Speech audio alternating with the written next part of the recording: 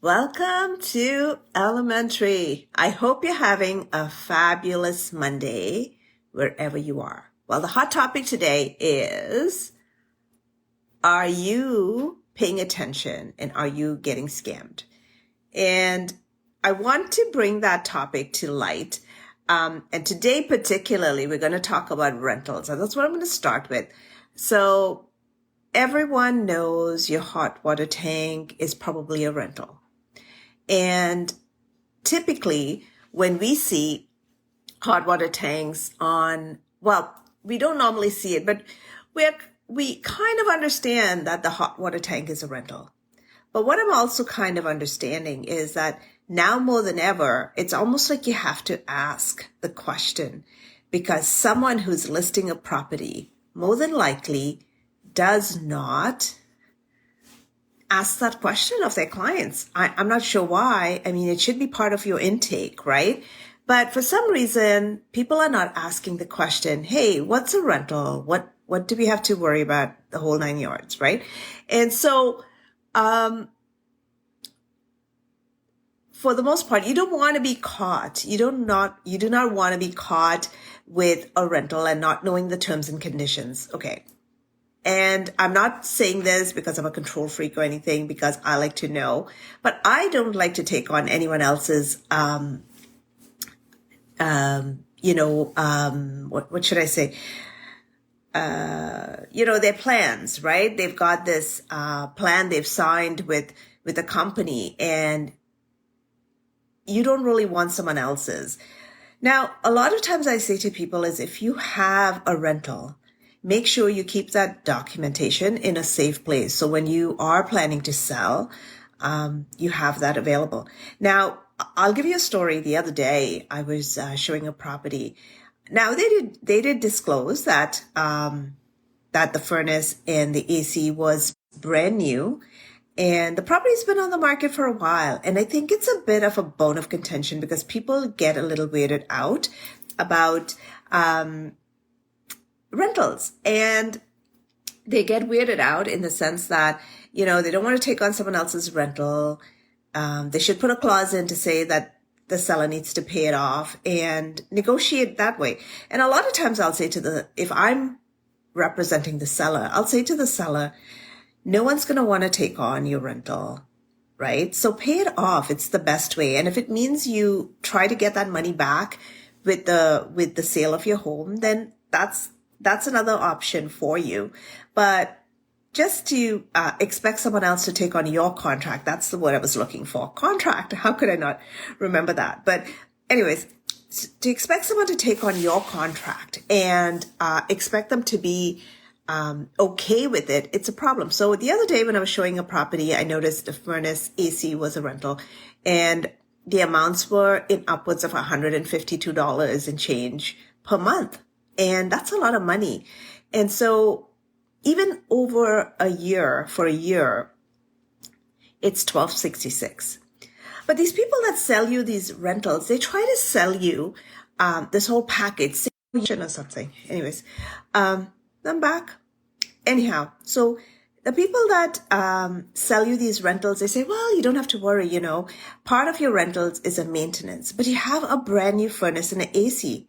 So really, why do you need someone to maintain it? Like, okay, I understand 5, 6, 7, 8, 9. Well, maybe they don't make things that last that long anymore. But if you had a rental and you were paying $152, let's say, a month, that works out to about $1,266 a year. And so you times it by the amount of years. And most of the times these rental terms are like 10 years and 15 years. Who knows how crazy they are. So that's like $12,000, over $12,000. And you could definitely buy an AC and a furnace and install it and own it and take care of it. And it's yours. And then you don't have to worry about any of those issues when you go to sell your home. So that was what I was going to tell you, because I've noticed like a lot of sometimes older clients get like sucked into these things because they feel like, oh, maybe they're not, they're at that age where maybe they need someone to come in and look at it. And people take advantage of people, which is so horrible. So for me particularly, I don't like rentals, and I advise people not to really get into them and to be a little mindful about rentals and rental equipment. And the next thing is solar panels. So when you're into solar panels, I know some people are, and please don't be mad at me. And it's not like I don't like solar panels, but it comes with a problem. It comes with someone else's contract. And then there's this issue about if you needed your roof fixed, what's written into the contract. And most times people don't really know what their contracts are. So, those are some of the things that I was wanting to remind people of. Like, if you're going to take on a contract, then you need to put those documents in a safe place. So people, when you're planning to sell them, you have access to the documents right away. And then I want to say, if you have any questions, feel free to drop it in the question icon below, and we'll try to get to them. I am also going to be talking a little bit about where the market is going. But my next topic is about status. And while we wait for this market to get a little crazy again, I wanted to bring up status because I think it's really, really important that people understand how important a status is and how not to waive that condition, because you never know what kind of surprises are in store for you. So I've been doing a lot of condos and condo townhouses, and we've been getting a lot of statuses. And one of the things I actually came across the other day when I was reading one of them is that obviously this property is a bit older, but I've actually never seen it written into a status before, which kind of stigmatizes the property a bit, I think.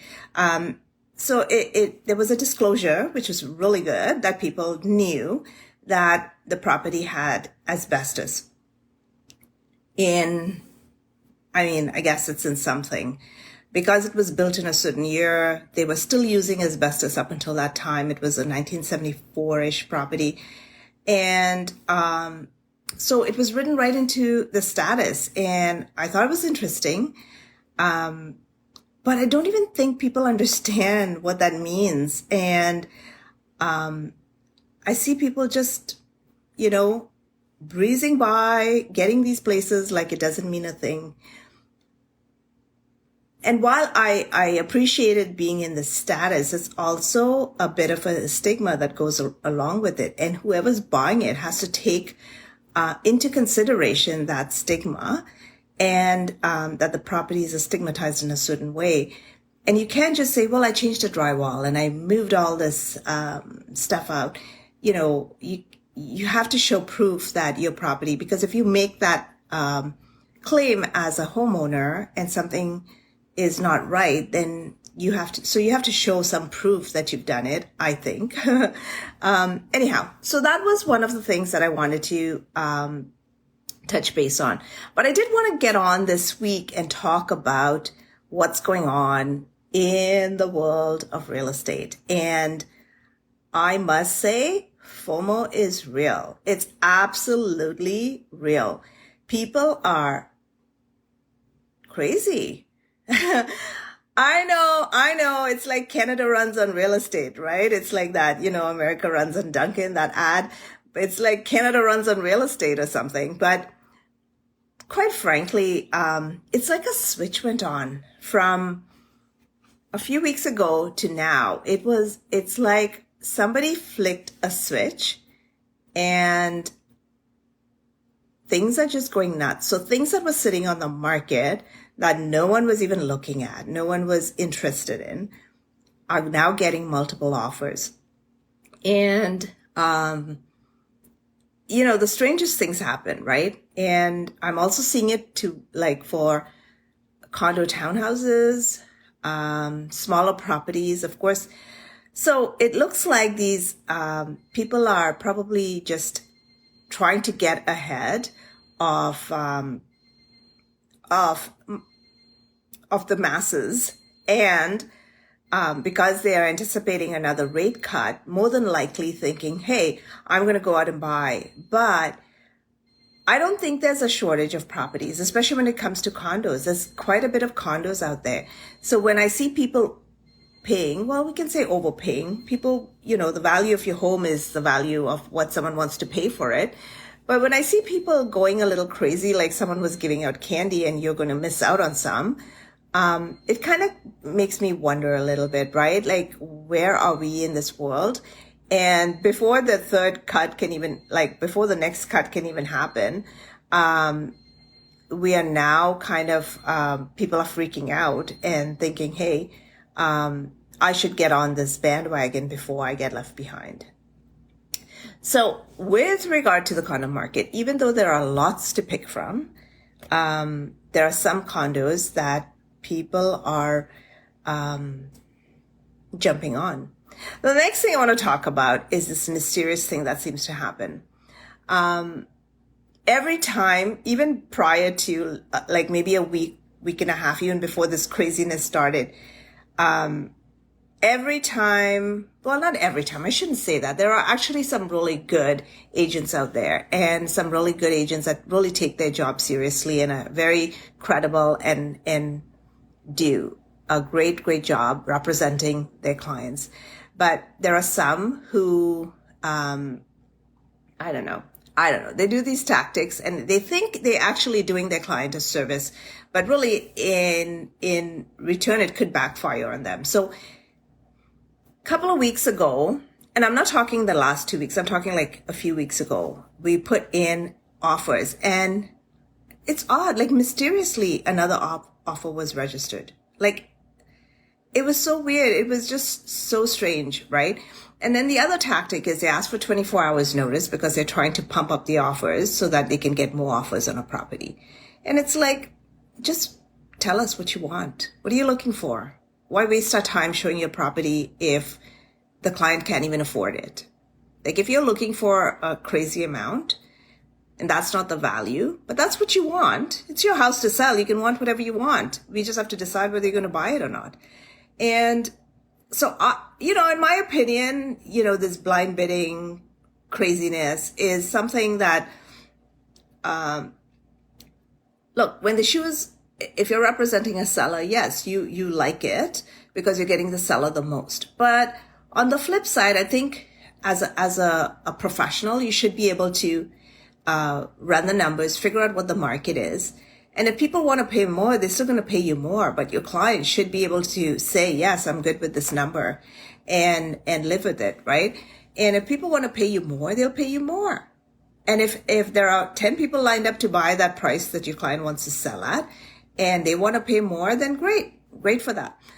But I was noticing the last little while, like automatically there were so many bids and there's so much of like this underhanded nonsense. But all I want to say to people is whether it's a first-time buyer, and more so when it's a first-time buyer, or a repeat buyer hasn't bought for a while, or any of those, people are excited to put in an offer on your home. And I know, as professionals, we do this every day, but we should not get blinded to actually just trample upon people's offers like it doesn't matter, right? Now, first-time home buyer putting in an offer to a property, it took them so much effort, even if they're not a first-time home buyer, even if they're a repeat buyer, it took them so much effort to actually put pen to paper. They've committed. They made that commitment. They decided, oh my goodness, among all the properties out there, I'm going to make an offer on your property, and then we have like crickets. Nobody talks. No one acknowledges. No one even has the decency to say, we're not going to, sorry, but your offer is a bit low. We're not going to give you a counter. And that's okay. You can be polite. Like your client can be upset, but you as a professional can be polite. I mean, that's your job. Right? You need to manage everyone. You need to manage everyone's emotions. If you're just as emotional as your client is, then, I don't know where that deal is going, but it's going nowhere good, right?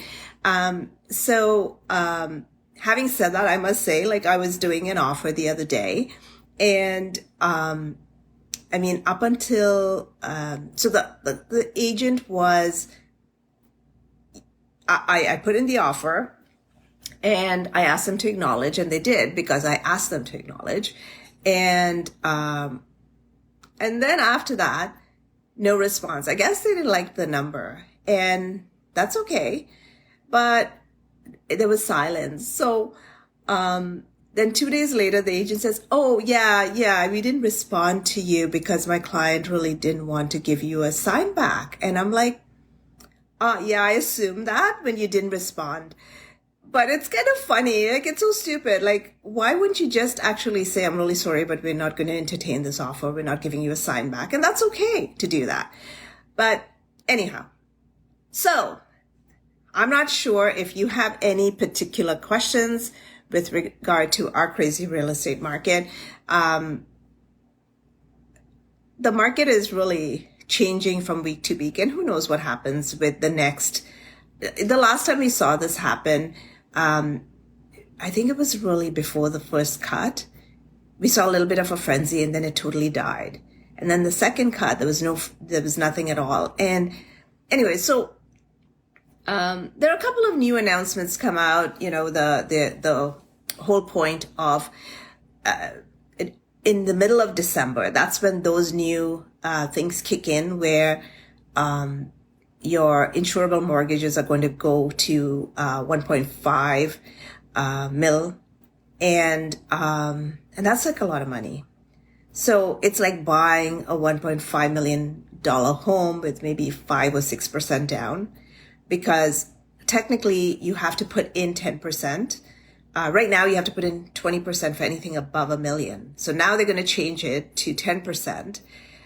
But the majority of that amount that you put in is going to be the insurance, the insurance that you're going to have to pay. So while it does kind of give you that room to maybe get a bit more, it also extends. So while you can get more money, you still have to qualify for it. You still have to make that money. It does help people who are making that money be able to get approved or get an insurable mortgage if they were looking.